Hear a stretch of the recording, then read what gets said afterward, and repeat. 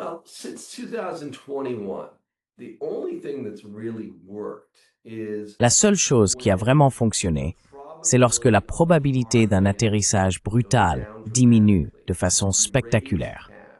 Si vous augmentez votre trésorerie, c'est la bonne chose à faire, car nous avons connu 2 ou 3 situations depuis 2021 où la probabilité d'un atterrissage brutal a fortement augmenté.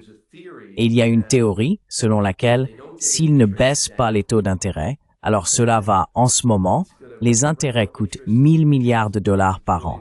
C'est plus que les dépenses de défense. Et les intérêts en pourcentage des recettes fiscales approchent les 20%, ce qui est une zone de danger complètement folle et insensée. Le reste du monde n'en est pas là du tout. Et donc, beaucoup de clients pensent qu'il faut baisser les taux.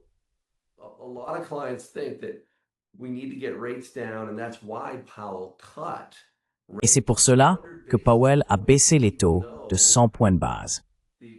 Même si l'économie, tous les indicateurs du PIB à l'époque étaient en réalité très très solides. Et nous baissions les taux de 100 points de base. Donc, l'idée de notre livre, Comment écouter les marchés parler, se résume à la répression financière. La seule façon de sortir d'un trou de dette de 36 ou 38 000 milliards de dollars sans faire défaut, c'est d'obtenir des taux d'intérêt inférieurs aux taux d'inflation.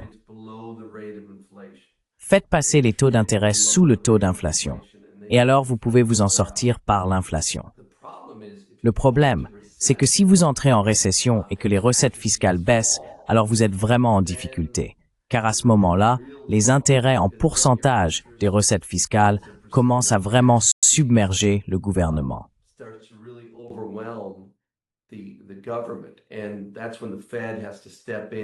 Et c'est à ce moment-là que la Fed doit intervenir et vraiment passer à l'assouplissement quantitatif ou au contrôle de la courbe des taux. Cela affaiblirait vraiment le dollar et entraînerait un marché haussier massif pour les matières premières et les actifs tangibles. Donc, d'une certaine manière, ils ont besoin de ralentir l'économie pour pouvoir baisser les taux davantage. Et c'est ce que vous avez vu sur la période de janvier, février, mars. Mais ils ne peuvent pas laisser l'économie ralentir trop fortement. Et c'est pourquoi, si vous regardez le budget par rapport à ce qu'on nous avait dit sur toutes ces coupes budgétaires, ils sont tout simplement terrifiés. C'est pour cela que les dépenses et le budget restent vraiment dans la lignée de Biden. Et tant que les budgets restent aussi élevés, il est très difficile d'entrer en récession.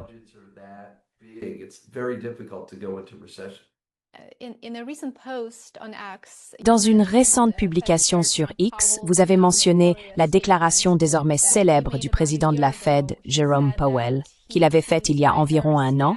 Il avait affirmé qu'il ne voyait ni stag ni flation. Et maintenant, un an plus tard, le président de la Fed, Neil Kashkari, déclare que la question n'est plus de savoir si la stagflation va se produire, mais plutôt quelle sera son ampleur, à quel point la situation va empirer. Sommes-nous donc vraiment trop avancés pour espérer une amélioration? En d'autres termes, à quel point pensez-vous que la situation économique aux États-Unis va se détériorer avant que l'on observe des signes d'amélioration?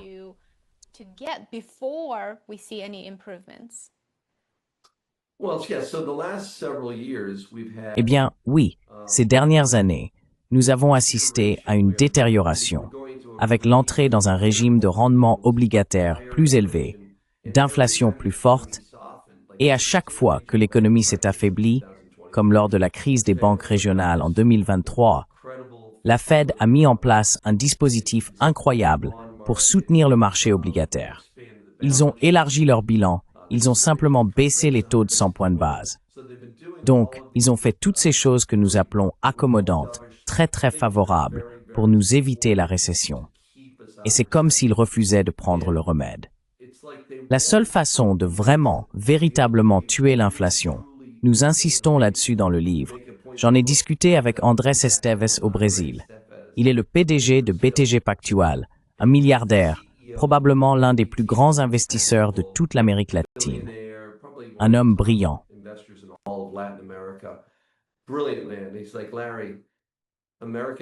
Il m'a dit, Larry, les Américains ne comprennent pas. Une fois que l'inflation dépasse 6% et reste à ce niveau pendant au moins un an, elle s'infiltre partout, sous les coussins du canapé, dans les tapis, et ils vont essayer de la faire baisser. Mais tout ce qu'ils font à Washington, à moins de vraiment vouloir la tuer avec de vraies coupes budgétaires et de fortes hausses de taux qui durent, ils n'y arriveront pas. Et elle revient sans cesse. C'est comme une scène de Terminator. Tu sais, Terminator, il revient toujours. Arnold Schwarzenegger. Et c'est ce qui se passe depuis 2023.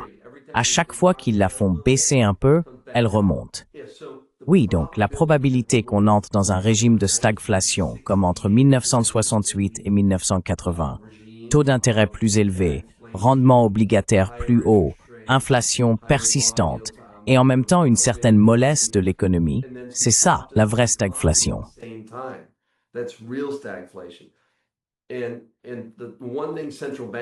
Et il y a une chose dont les banquiers centraux se souviennent toujours.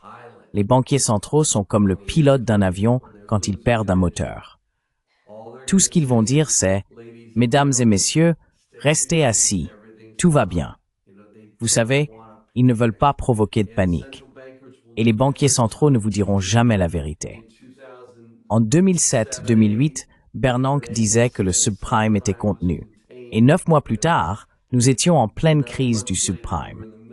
Donc il faut être très prudent. Oui, il y a une forte détérioration, un grand mouvement vers la stagflation. Powell a nié cela.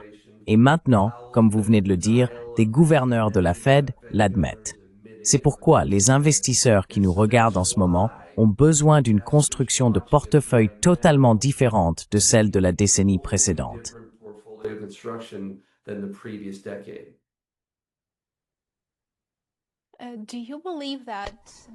Pensez-vous que cela pourrait également marquer le début d'un cycle complet de défauts, si c'est bien le type d'environnement dans lequel nous nous trouvons ou vers lequel nous nous dirigeons?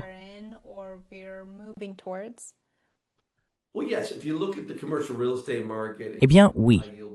Si vous regardez le marché de l'immobilier commercial, le marché des obligations à haut rendement et le marché des obligations de qualité investissement, la bonne nouvelle, c'est que beaucoup d'entreprises ont pu refinancer leurs dettes en 2020-2021 après le COVID.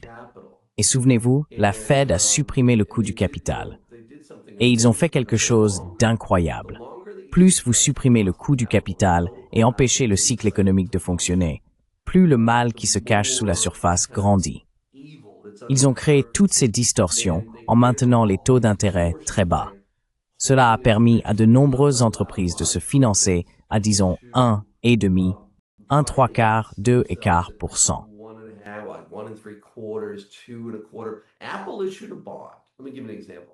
Apple a émis une obligation.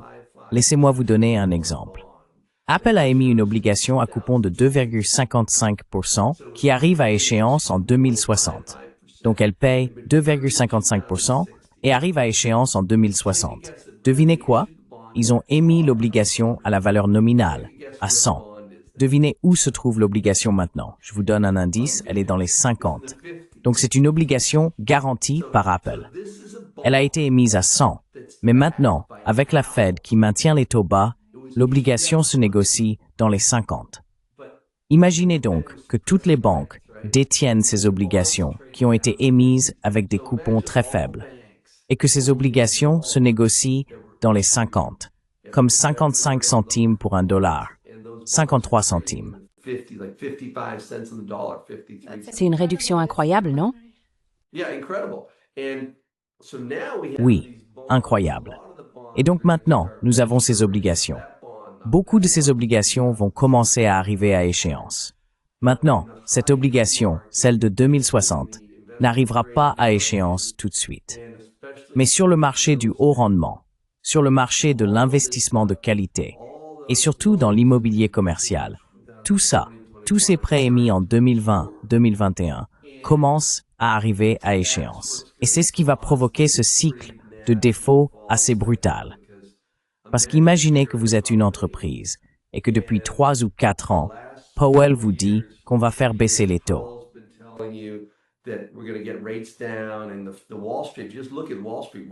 Et regardez simplement Wall Street. Wall Street nous avait dit qu'à l'heure qu'il est, le taux des fonds fédéraux devrait déjà être redescendu à 2%. Nous sommes toujours proches de 4,5%. Donc, lorsque ces obligations arriveront à échéance, les coûts de financement des entreprises vont fortement augmenter en termes de coût du capital. Et oui, un cycle de défaut vraiment brutal s'annonce. La question c'est, est-ce pour la mi-2026, la fin 2026? Je pense que l'équipe Trump a les élections de mi-mandat en ligne de mire. Ils veulent faire tout ce qu'ils peuvent pour passer ce cap et éviter cela. Whatever they can to get through the midterms and avoid this.